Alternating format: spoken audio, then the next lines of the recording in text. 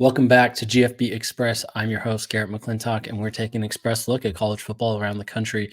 The biggest news the last couple days, last week really, is the complete crumbling of the Pac-12 with the four so-called four corner schools, Arizona, Arizona State, and Utah, finishing the collection, joining Colorado, who announced the move 2 weeks ago, in the Big 12. What does this mean for the Pac? Well, Stanford, supposedly, depending on who you talk to, they turned down the Big 12 already. They said they don't want to do this. The biggest thing for Stanford is their ego is going to really determine their future. Because for the longest time, they did not, when the Pac 10 was looking at expanding in the 90s, they did not want to bring in BYU because of the religious affiliation. When the Pac 16 was on the table in 2010, they didn't want to bring in Baylor because of the religious affiliation. But now Stanford's options, they are look at the going independent and putting your other sports in the WCC with a bunch of religious schools, or putting your sports in the Big West with other UC schools, but also a bunch of Cal State schools that you've always looked down and poo-pooed their academics, or going to the Mountain West with all these other schools that you've poo-pooed their academics. So Stanford's ego is the biggest thing in the way. Who knows about Cal? I kind of feel bad for Oregon State and Washington State. I feel bad for their fans. But I mean, they've been in the club for a long time and haven't been able to consistently perform. And there's, a lot of, look at a school like Boise State, right? So where there is, I don't feel bad that they got left out. I feel like that is a symptom of an overall problem within the landscape of we don't have a playoff system big enough where you could theoretically make a run. There is nobody who can be the FAU making the Final Four. That is not a possibility in the current setup of college football. That should hopefully change with the expansion to the 12-team playoff. But where, it doesn't matter. You could go on the Boise State run where with the 12-team playoff, we could have seen Kellen Moore in the playoffs and what that would have happened, what would have happened under Chris Peterson. But, here we are. They're going to figure it out. The big question marks coming out of the Pac-12 are the Pac-4 now is what's going to happen with the Holiday Bowl lawsuit and what's going to happen with the Comcast lawsuit if they, completely fold the league.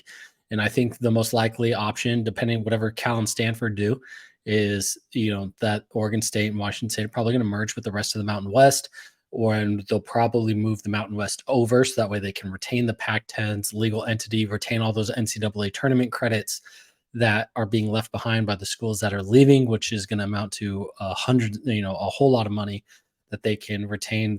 They're going to retain the bowl payouts for this year.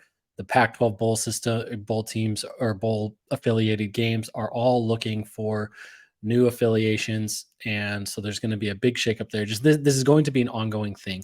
The biggest driver in all of this, I think, for Stanford and Cal is that Cal is just really struggling where they do not have the fan support to really make their move. And are they going to try to be joined there? I did not. I was totally wrong. You're at the Autzen behind me. I did not think that Oregon and Washington were going to make the move. I still think it is short-sighted for the Big Ten because there is no, now you have this geographic mess where you made it harder on everybody else in the league. And you are bringing in schools on a reduced share. I know they did that with Rutgers where, Rutgers borrowed against them and Rutgers didn't get a full share until like 2021 from the Big Ten or 2022. It was very late in the game.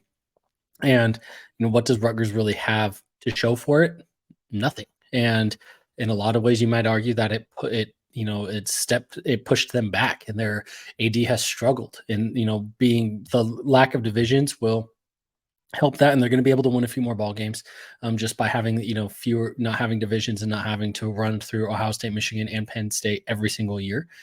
But I did not think that Washington and Oregon would come in on that drastic of a reduced share just because it is opening the door for the Northwesterns and the Purdues and the Illinois and the Indianas of the conference for the next round of, for the next, contract to also get pushed out of a reduced share. You don't want to open that door at all. And it also, in a lot of ways, is punting it down the line because if Oregon and Washington are not worth the expanded, expansion money, which they're basically splitting a share, well, not even splitting a share, they're splitting like two-thirds of a share because the reported number of them getting $30 million a year and then going up $1 million each year within the contract that's of their all-in distribution. That's not just the TV portion. That's the all-in distribution.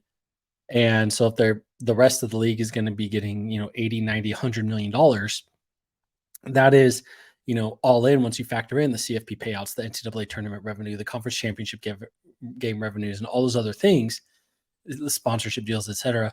They're taking less than half of a share. And so if they were worth that little to the Big Ten to move them now, I mean, I get why Fox did it because their other option is they were going to go to the Big 12 and Fox was going to have to pay that same, ballpark anyway.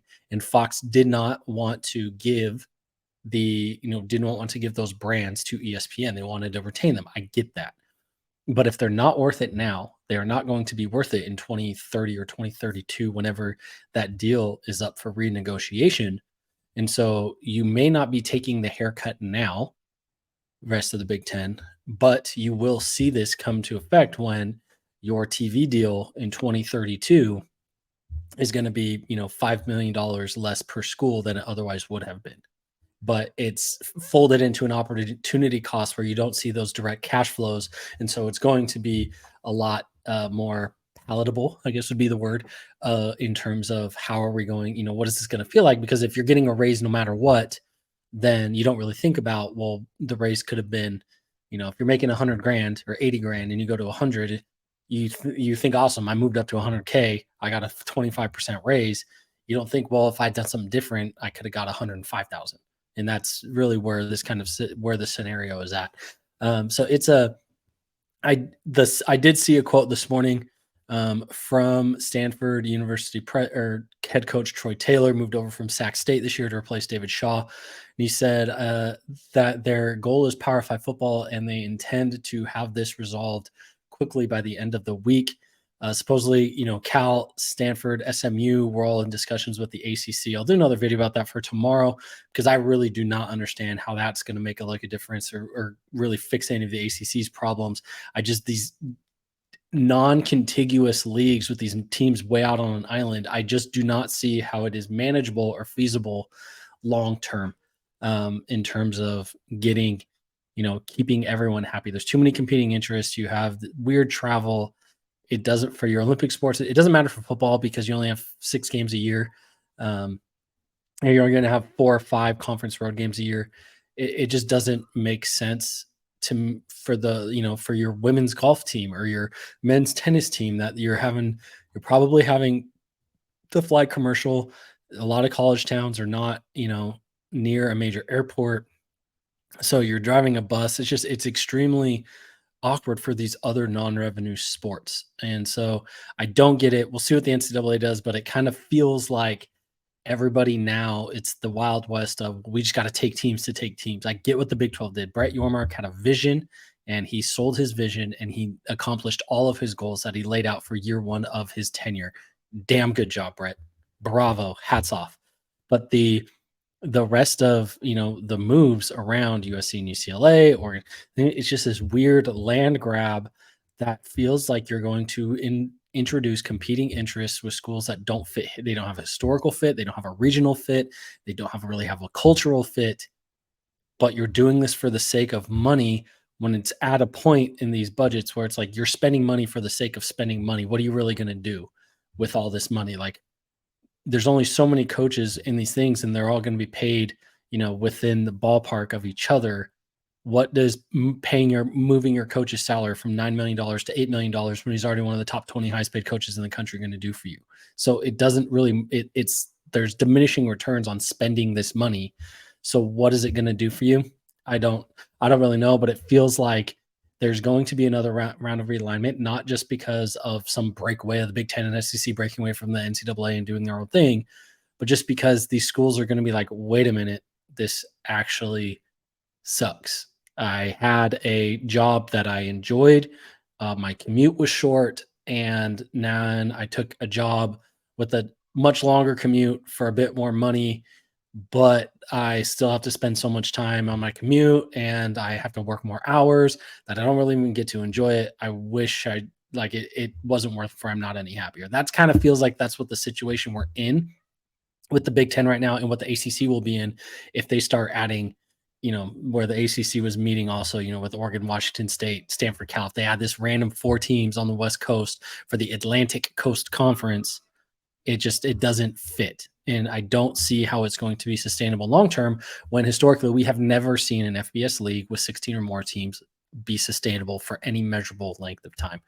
Please like, subscribe, and share. Again, my name is Gary McClintock. Thank you for following GFB Express.